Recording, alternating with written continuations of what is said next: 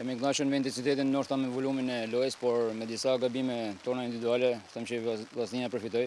Gjithashtu nuk mendoj që për 2-3 muaj punë të jemi gati me konkurru një ekip i cili ka 10 vjet që ndërton punën e vet edhe ka arritur ato rezultate që i dim gjithë. Gjithashtu, përtej kësaj ne do vazhdojmë punën tonë.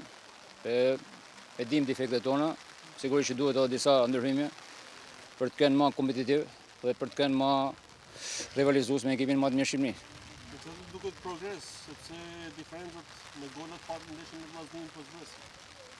Po mu, me të thënë drejtën, jo vetëm te golat, më do thosha që edhe në qarkullimin e topit ishim më mirë se ndeshjen e mëparshme. U penalizuam shumë nga dalja me dëmtim me një lojtarës tonë shumë kryesore, e cila na dëmtoi shumë në fazën ofensive. Gjithsesi, ka vend sa dush për të përmirësuar. Mendoj që kohën e kena në dispozicion. Nuk e shoh asnjë ekip tjetër si Vllaznia, pra ndryshe do luazim kundër ekipeve tjera të Superligës së vajzave.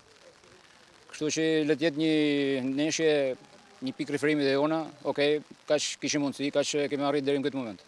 Çfarë synon realisht Molani këtë fazë 2 të kampionatit? Po, padyshim që ndaj ekipeve direkt pretendentë, ato që janë edhe sipër nesh në renditje, pra ndaj Fierit, ndaj Tiranës, ndaj Partizanit, ne do kërkojmë fitore.